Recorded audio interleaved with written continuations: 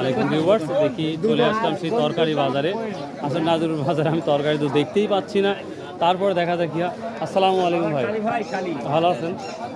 কি অবস্থা ভাই? আজ কত করে মন বলছে লাল? 1700-1800 টাকা না? না বেশি মনে হচ্ছে, আগে থেকে কম আছে। আজ কম মনে হচ্ছে। তবে এক ধরনের আছে মোটা মোটা দেখলাম, ওগুলা কত করে? না সর্বোচ্চ 1800 আছে ভাই? ওই সর্বোচ্চ 1800। 1800 তো আজ তো কম কে ভাই? মাল নাই তো দাম তো মনে হয় বেশি হচ্ছে। ও মাল কমে গেছে, বুঝতে পারছি। কেমন আছেন? আল্লাহ খুব ভালো রাখছে। দেখালাম দাম না সাথেই দাম বলে ফেলেলেন। কত? 1600 বলছেন ভাই? কত বলছেন? হ্যাঁ হ্যাঁ 1600। আর এক কিছু বলছেন আর এটাই 1600 বেশি। 1800 বলেছে। সুবহানাল্লাহ সুবহানাল্লাহ। লাইন আপ পাবো এখন এটা। এই সবুজ সাথে অলরেডি 1800 টাকা বলছে। দেখা যায় কি করতে হবে।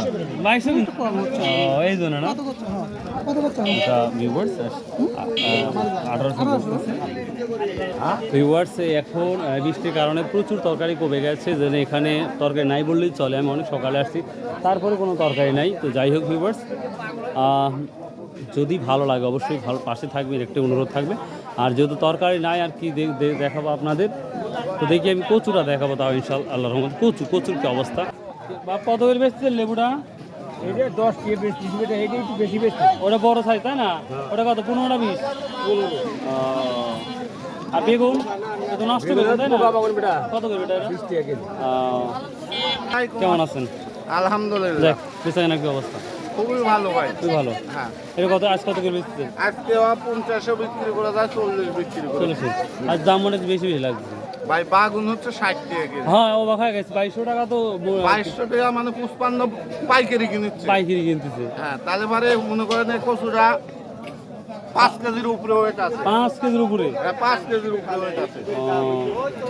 এই দেখেন এক হাত দিচ্ছে তাই না দুটো। 10 কিলো তো 50 টাকা। 50 10 টাকা হয় স্বাভাবিকভাবে। এখন আমরা 40 বেচেছি।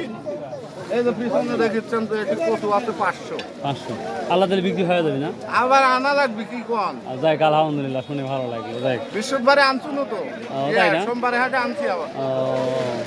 আজকে নামাইছি আবার আনা লাগছে। যাক আলহামদুলিল্লাহ। আসসালামু আলাইকুম ভিউয়ার্স, আমি ধানের বাজারে আসলাম। দেখি ধানের কি অবস্থা সংক্ষেপে আপনার জানিয়ে দিচ্ছি ইনশাল্লাহ।